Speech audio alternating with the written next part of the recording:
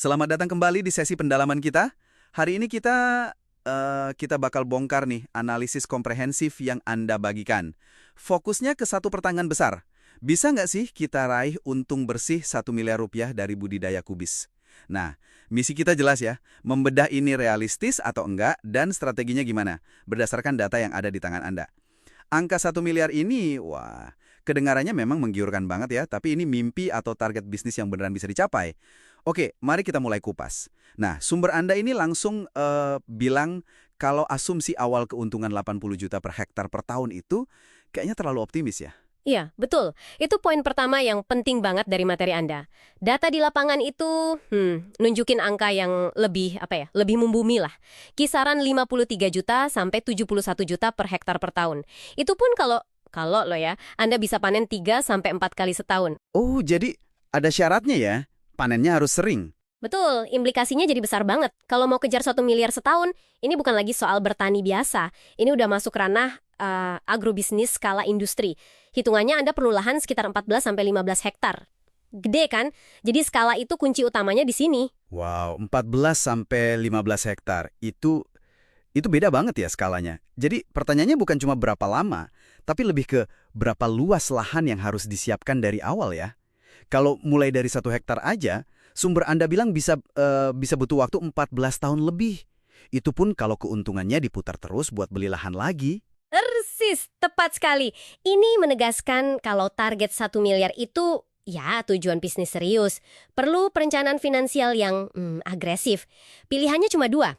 Modal awal yang super jumbo buat langsung garap belasan hektar itu, atau ya itu tadi, komitmen jangka panjang plus disiplin reinvestasi yang ketat banget buat ekspansi pelan-pelan. Oke. Anggaplah soal skala ini kita kesampingkan dulu.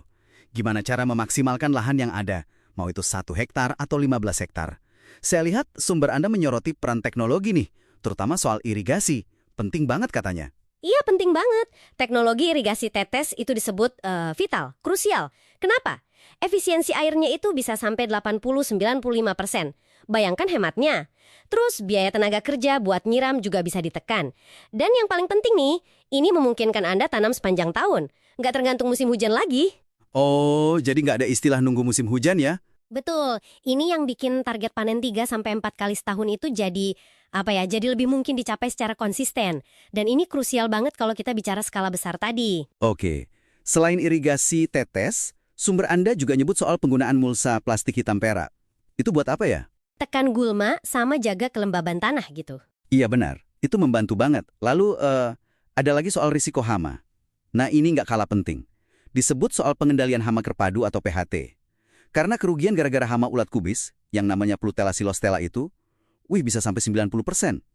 Serius banget ini ruginya. Waduh, 90%. Gede banget itu. Iya, makanya PHT itu penting. PHT itu kan sistem pengendalian hama yang lebih pinter. Nggak asal semprot pestisida kimia terus-terusan. Lebih strategis, lebih ramah lingkungan. Oh, jadi bukan cuma soal menekan rugi panen ya? Mbak, cuma itu. Ini juga krusial banget buat kualitas produk akhirnya. Pasar modern, apalagi kalau mau ekspor, itu maunya produk yang bersih, bebas residu pestisida. Jadi, PHT ini kayak syarat wajib lah buat bisa masuk ke pasar-pasar premium itu. Nah, ngomongin pasar premium, ini nyambung ke tantangan lain nih, yang juga disorot sumber Anda. Harga kubis kan terkenal naik turun banget ya, fluktuatif. Gimana dong strateginya? Betul sekali. Makanya analisis ini menyarankan Anda fokus aja membidik pasar yang harganya relatif lebih stabil dan mereka mau bayar lebih mahal asal kualitasnya bagus. Contohnya ya retail modern kayak supermarket atau langsung pasar ekspor. Oke, retail modern dan ekspor. Tapi konsekuensinya? Konsekuensinya ya standar kualitasnya harus tinggi banget. Nggak bisa main-main, harus sesuai SNI, Standar Nasional Indonesia. Itu acuannya. Crop kubisnya mesti seragam bentuknya, padat isinya, beratnya bisa 2,5-3 kilo per buah, terus segar, dan nggak ada cacat sama sekali. Detail ya? Detail banget. Makanya pemilihan varietas unggul kayak Grand Eleven atau CRAC F1 yang disebut di materi Anda, itu bisa sangat membantu buat capai standar kualitas kayak gitu. Saya perhatikan juga, sumber Anda ini detail banget sampai ke pasca panen loh. Misalnya pakai kemasan stretch film, itu plastik pembungkus khusus gitu ya. Katanya bisa tekan susut bobot dari 33% jadi cuma 1,59% selama 20 hari kalau disimpan dingin. Terus ada juga soal dokumen ekspor, phytosanitary certificate. Detail-detail kecil gini ngaruh ya? Sangat ngaruh. Justru itu bagian dari membangun, rantai pasok yang profesional. Stretch film itu buat jaga kesegaran lebih lama, penting kan? Nah, kalau phytosanitary certificate itu semacam surat keterangan kalau tanamannya sehat, bebas hama, penyakit, itu hukumnya wajib kalau mau barang Anda diterima di negara tujuan ekspor. Semua ini demi jaga kualitas sampai ke tangan konsumen dan, ya, memenuhi aturan mainnya. Oke, jelas sekarang. Lalu, gimana kalau pas panen ada kubis yang nggak masuk standar super ketat tadi?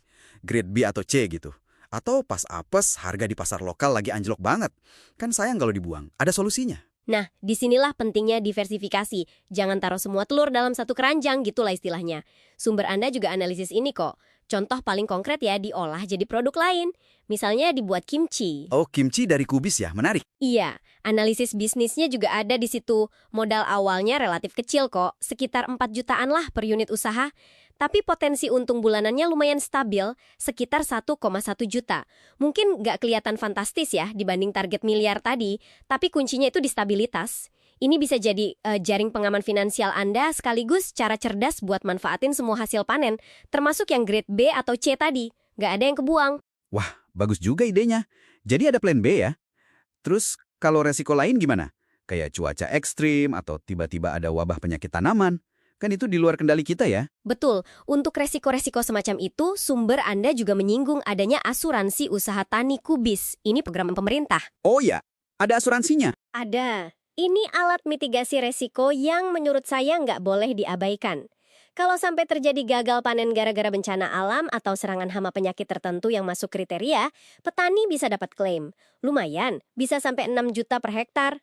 Preminya juga sebagian besar disubsidi pemerintah, jadi ini bisa bantu melindungi modal Anda. Oke, lengkap juga ya pembahasannya. Jadi, kalau kita tarik kesimpulan nih, target 1 miliar ini sebetulnya bukan hal mustahil, bukan fantasi. Tapi jelas, ini butuh pendekatan bisnis yang sangat terstruktur, disiplin, dan profesional banget. Jauh beda sama sekedar bertani biasa gitu ya. Tepat sekali, Anda perlu kombinasi banyak hal. Skala lahan yang signifikan itu nomor 1. Lalu adopsi teknologi modern, kayak irigasi tetes tadi, buat efisiensi dan biar hasilnya konsisten. Terus, fokus tanpa kompromi sama kualitas, biar bisa tembus pasar premium. Jangan lupa diversifikasi cerdas ke produk olahan, buat nambah stabilitas pendapatan. Dan terakhir, manajemen risiko yang proaktif, termasuk, yaitu tadi, manfaatin asuransi. Benar-benar sebuah perjalanan bisnis jangka panjang yang kompleks ya. Nah, sebagai penutup nih, ada satu pertanyaan lanjutan yang menurut saya cukup menggelitik untuk Anda renungkan lebih dalam. Ini nggak dibahas secara eksplisit sih di sumber-sumber ini. Gini, mengingat kebutuhan skala lahan yang 14-15 hektar itu kan besar sekali ya. Dan mungkin sulit kalau mau dipenuhi sendiri.